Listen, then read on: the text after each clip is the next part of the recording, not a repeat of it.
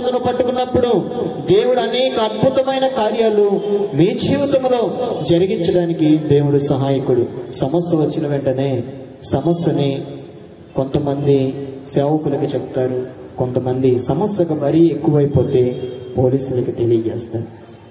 పోలీసులు తయారు చేసింది కూడా, పోలీసులు చెప్పలేని సాక్ష్యాలు కూడా, పోలీసులు జరిగించలేని కార్యాలు కూడా దేవుడి పాదాల చెంత మనము గనక పట్టుకుంటే వాటన్నిటిని కూడా ప్రభువు తీర్చడానికి సమర్థుడు. ఒకానొక దినాల్లో పరిచర్య భారముతో మరి వెళ్ళాల్సిన ప్రాంతానికి మరి వెళ్ళలేకపోతాము, ఎన్నో ఆటంకాలు రావడము, ఎంతో మంది శత్రువులు ఎక్కువైపోతాము. మన ముందే మన మధ్యనే తిరిగే వాళ్ళు మనకు శత్రువులు అయిపోతారు. నీ ముందు ప్రేమగా ఉగ్రంగా మాట్లాడతారు, కానీ నీ వెనక నువ్వు అభివృద్ధికి రావాలంటే వాళ్ళకి అస్సలకి ఇష్టం ఉండదు. నేను ప్రయాసపడుతున్నా కూడా వెనకాల వచ్చే శోధనలు అవమానాలు ఎలా ఉంటాయి అంటే అతి భయంకరము. మీటింగ్స్ వెళ్తాను, అటు వెళ్తాను, కుటుంబాలు దర్శించడానికి వెళ్తాను, ఎవరు ఏదొచ్చినా కూడా అక్కడి నుండి వచ్చేసాడు, ఇక్కడి నుండి వచ్చేసాడని చెప్పేసి ఎంతో పరంగా ఎంతో ఆత్మీయ విచ్చలవిడిగా మాట్లాడే మాటలు నాకు ఎదురవుతూ ఉంటున్నాయి. ఏదో పెట్టాము, చేసుకున్నాము, దేవుని పరిచర్య ఒక్కడగా మనము సాగిస్తున్నప్పటికీ కూడా నీవు వచ్చే వెనకాల ఆటంకాలు ఎలాంటి అంటే భయంకరమైన ఆటంకాలు, భయంకరమైన ఆటంకాలు. ఆ పని మనం ప్రశాంతంగా చేసుకునే వారు ఆటంకాలు. ఈ పడిన గాయము కన్నా వారు అనే మాటలు ఎక్కువగా ఉంటాయి. మనం జరిగిందేదో మనం జరిగిపోయింది, మన జీవితంలో జరిగిందో మన నష్టమో మన మేలుకే, కానీ ఇతరుల మాట కూడా అసలు కష్టంగా మాటలు గుచ్చుతూ ఉంటారు. వెనక నుండి వచ్చే మాటలు, వారి మాటలకి మనం పని చేయలేము, సమాధానం ఉండలేము, నిలకడగా ఉండలేము, దేవునికి ప్రార్థించలేము. హృదయాలు మారిపోతూ ఉంటాయి, ఆలోచనలు మారిపోతూ ఉంటున్నాయి. వారు అనే మాటలు నువ్వేం చేయగలుగుతావు? నువ్వేముందని చెప్పగలుగుతావు? ఏంటి నువ్వు చేసే పని ఏంటి అసలుకి? ఇది నీకు న్యాయమేనా అని ఎక్కువగా అవమానాలు వస్తూ ఉంటాయి. ఈ ప్రాంతానికి రావాల్సిన అవసరం లేదు నీకు. అందరూ దేవుని నమ్ముకున్న వాళ్ళే, అందరూ దేవుని నమ్ముకున్న వాళ్ళే, కాదంటలేదు. కొన్ని విత్తనాలే పరలోక రాజ్యానికి వెళ్తాయి. హల్లెలూయా. ఒక మార్త అప్పుడే సాక్ష్యము చెప్తా ఉంది సంఘములో, దేవుడు నాకు ఎంత సమాధానం ఇచ్చాడయ్యా, మందిరానికి వచ్చిన తర్వాత ఎంత సమాధానం ఇచ్చాడు అంటే ఒకరు ఒక మాట అన్నా కూడా నేను తలదించుకొని నేను వెళ్ళిపోతానయ్యా, ఒక మాట అన్నా కూడా నేను పట్టించుకోనయ్యా. అసలుకి సంఘమును నిలబడి సాక్ష్యము చెబుతా ఉంది. ఆ యొక్క స్త్రీ సంఘములో సాక్ష్యము చెప్పినంత మాత్రాన ఆ సాక్ష్యాన్ని నిలకడగా ఉంచుకోవాలి, యథార్థంగా ఉంచుకోవాలి. ఆ సాక్ష్యాన్ని, సాక్ష్యం కొరకు ప్రార్థించాలి. ఎంత తగ్గింపు కలిగిన జీవితము దేవుడు నాకు ఇచ్చాడయ్యా అని మందిరంలో సాక్ష్యము చెప్పి ఇంటికి వెళ్ళింది.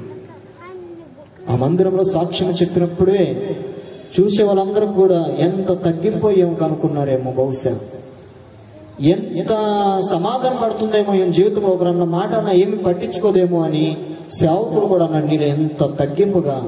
ఆ సాక్ష్యానికి కన్నీరు కరిగిపోతూ ఉంటాయి. కొంతమంది సాక్ష్యాలు చెప్తా ఉంటారు, ఆ సాక్ష్యాలు కన్నీరు వస్తూ ఉంటాయి, బాధగా చెప్తారు. చెప్పడము కరెక్టే, సాక్ష్యమును లేది క్రియలేయి, క్రియలు లేని విశ్వాసము మృతము కదా. సంఘంలో సాక్ష్యము చెప్పిన ఆవిడే ఇంటి ముందుకి వాటర్ పని అని భయంకరంగా గొడవేస్తుంది. హల్లెలూయా. ఇంటి ముందుకు వాటర్ పని, జస్ట్ వాటరే పని, గాలొస్తే ఆరిపోద్ది.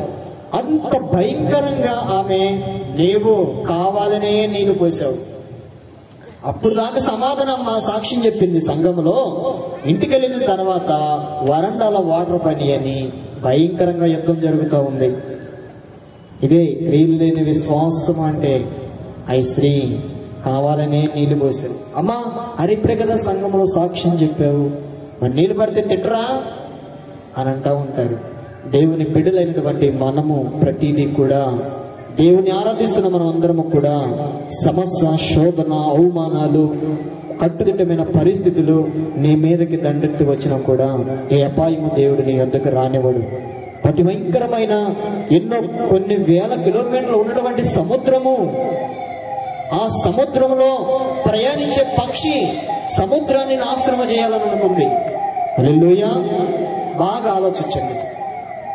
ఈ సముద్రము పైనున్న పక్షి సముద్రమును పాడు చేద్దామని, కలుషితము చేద్దామని అనుకుంటా ఉంది. దారిలో వెళ్తా వెళ్తా వెళ్తా అది అనుకోకుండా సముద్రములో రెట్ట వేసింది. హల్లెలూయా. చూసారా, నువ్వు ఇంత విశాలమైన సముద్రములో వేసినంత మాత్రమున సమాధము నిష్కలంకము సమాధానంలాగా పారినటువంటి ఈ నీటిలో నువ్వు ఒక చిన్న రెట్టేసినంత మాత్రాన కలుషితమవుతుంది ఈ సముద్రము. నువ్వేదో అనుకుంటావు, మనుషుల మీద అపనిందలేసి ఏదో చేయాలని, కానీ దేవుని బిడ్డల మీద నువ్వేది చేయలేవు. సముద్రం అనుకుంటా ఉంది, ఓసి పక్ష నువ్వు నన్నేం చేయలేవు. ఇంత సముద్రం అంటే 1000 కిలోమీటర్ ఉన్న సముద్రంలో కాకి రట్టేసినంత మాత్రమున సముద్రపు నీరు కలుషితము అవ్వనే అవ్వదు. దాని విలువ దానికే ఉంటుంది. దేవుని బిడ్డలైనటువంటి విలువ మనకే ఉంటుంది. ప్రభువా, పాదము నీ పాదాలు విడవను నీ రాత్రి చెప్పబడే మూల వాక్యము, పాద సన్నిధిలో ఎవరైతే ఆయన కొరకు కన్నీరు కారుస్తారో, ఆయన కొరకు వేదన పడతారో, సమాధానము కొరకు ఆర్థిక పరంగా ఆత్మీయ పరంగా ఎవరైతే ఆరోగ్య పరంగా ప్రభు పాదాల దగ్గరికి వస్తారో వారికి ఎప్పుడు కూడా ప్రభు పాద సన్నిధి తోడుగా ఉంటుంది. మార్తా, నువ్వు పద, నీవు విశ్వాసించాలి, క్రియలో చూపించాలి. కాబట్టి దేవుడు ఆ రీతిగా ముందుకి నడిపించడానికి దేవుడు సహాయకుడు.